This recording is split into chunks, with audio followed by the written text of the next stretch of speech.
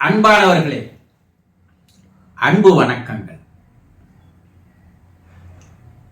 நீங்கள் உங்கள் உள் இருக்கின்ற ஆன்மாவை, ஆத்மாவை, ஜீவனை, உயிரை, ஆவியை அறிந்து கொள்ள முடியாமல் நீங்கள் எந்த கோயில்களில் போய் ஆண்டவனை வணங்கினாலும், கடவுளை வணங்கினாலும், தெய்வத்தை வணங்கினாலும் எந்த விதமான பயனும் இல்லை. அப்போ கோயில் போறவங்கெல்லாம் அந்த கோயில் போய் வணங்குவது வீணான செயலா? ஆமாம், வீணான செயல்தான். அதை ஒரு வாடிக்கையாக, வேடிக்கையாக, கடமையாக செய்கிறார்களே தவிர தன்னுடைய உள் உணர்வை கொண்டு செய்வதில்லை. ஊராருக்காக அந்த பிரார்த்தனைகளை, சடங்குகளை, அபிஷேகங்களை, ஆராதனைகளை செய்கிறார்களே தவிர தன்னை உணர்ந்து அவர்கள் செய்வதில்லை. அதனால் எந்த விதமான பயனும் இல்லை. இறைவனும் அதை ஏற்றுக்கொள்ள தயாராக இல்லை. என்ன சொல்றீங்க? ஆமாம், உனக்குள்ளே இருக்கிற ஆன்மாவை முதலில் அறிந்து கொள்வது, உணர்ந்து கொள்வது, தெரிந்து கொள்வதுதான் ஆன்மீகமே தவிர கோயில்களுக்கு போவதெல்லாம் ஆன்மீகம் அல்ல. உனக்குள்ளே ஒருவன் உன்னை இயக்கிக் கொண்டிருக்கிறான், உன்னை செயல்பட வைக்கிறான், உன்னை சிந்திக்க வைக்கிறான், உன்னை பார்க்க வைக்கிறான், உன்னை பேச வைக்கிறான், உன்னை கேட்க வைக்கிறான், உன்னை உண்ண வைக்கிறான், உன்னை உறங்கச் செய்கிறான். உங்கள் உணர்வினை தட்டி கலப்பி எழுப்புகிறான். உங்களோடவே அவன் விளையாடுகிறான். அந்த விளையாடுகின்ற அந்த மன்னவனை நீங்கள் எப்போதாவது அறிந்து கொள்ள வேண்டும் என்று ஆர்வம் துளியாவது இருந்திருக்கிறதா? எது நம்மை என்ன செய்கிறது? எது நம்மை சிந்திக்க செய்கிறது? எது நம்மை பேச செய்கிறது? எது நம்மை பார்க்க செய்கிறது? என்ன நீங்க என்ன சொல்லுங்க? உயிர். அந்த உயிரைத்தான் நீங்கள் உணர்ந்திருக்கிறீர்களா? உயிரினுடைய பிம்பத்தை நீங்கள் பார்த்து இருக்கிறீர்களா? உயிரை போய் பார்க்க முடியுமா? உயிரை பார்க்க முடியாது. உயிரை உணர முடியும். உயிரை உணர முடியும்.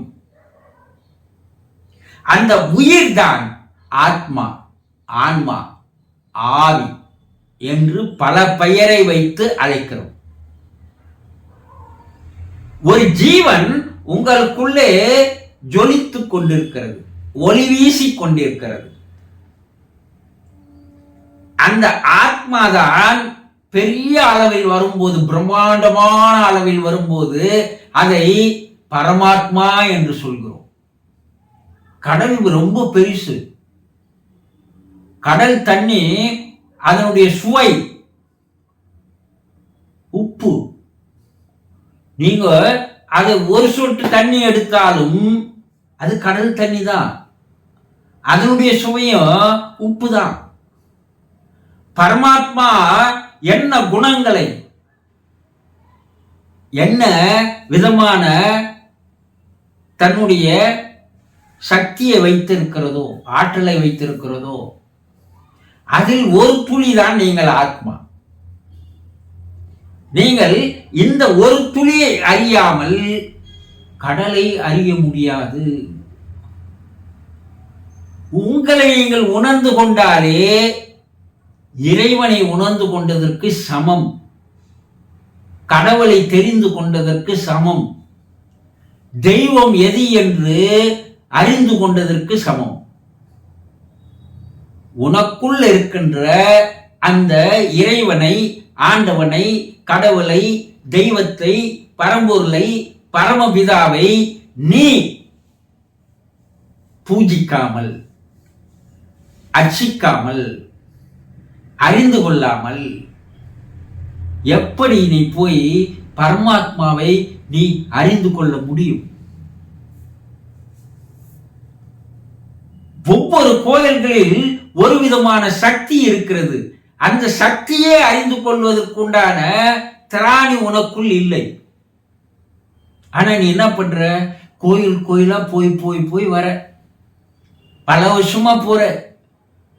ஆனா உன்னுடைய குணநலன்களிலோ செயல்களிலோ எண்ணங்களிலோ சிந்தனைகளிலோ எந்த விதமான மாற்றமும் அந்த ஆலயங்கள் செய்யவில்லை. அப்படியே தான் இருக்கிற. 20 வருஷத்துக்கு முன்னாடி நீ எப்படி இருந்தியோ அப்படியே தான் இருக்கிற. ஆனா 20 வருஷமா 1000 கோயில் நீ போய் வந்துட்ட. ஆனா உன்னை மாற்ற முடியவில்லை. ஏன்னா உனக்கும் அந்த ஆலயத்தில் இருக்கின்ற இறைவனுக்கும் ஒரு தொடர்பு ஏற்படவில்லை.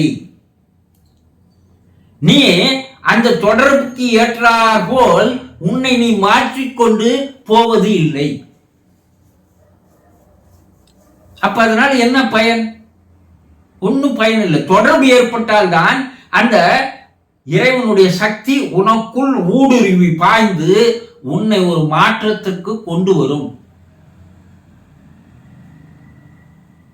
அப்ப உனக்குள் இருக்கின்ற ஆன்மாவை, ஆத்மாவை, ஆவியை, ஜீவனை, உயிரை முதலில் அறிந்து கொள்.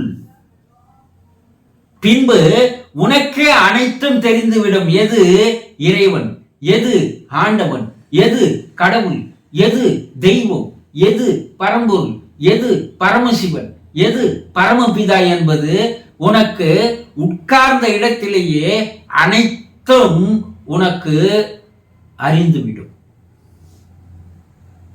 அப்போ முதல்ல கொஞ்சம் சிந்தனை செய்யுங்க. நமக்குள்ளேயே இறைவன் இருக்க நாம் ஏன் எல்லா இடமும் போய் அலையணும்? முதல்ல இந்த உடம்பை சரி செய்வோம், மனதை சரி செய்வோம். அதற்கப்பால் ஆன்மாவை அறிவோம். நீ ஒரு அடி எடுத்து வைத்தால் அவன் 100 அடி எடுத்து வைத்து உன்னிடம் வந்து உனக்குள் கலந்து ஐக்கியமாகி விடுகிறான் என்பதுதான் சித்தர்களுடைய வேத வாக்கு. முதல்ல உன்னை நீ அறிய, உணர, தெரிந்து கொள்ள வழி தேடு. பின்பு அதில் நீ நிறைவு பெற்றால் எந்தவித ஆலயங்களுக்கு போக வேண்டிய அவசியம் இல்லை, எந்த கடவுளை வணங்க வேண்டிய அவசியம் இல்லை. காரணம் அனைத்தும் ஒன்று என்பது உனக்கு புரிந்துவிடும். தெரிந்து கொண்டீர்களா? சந்தோஷம்.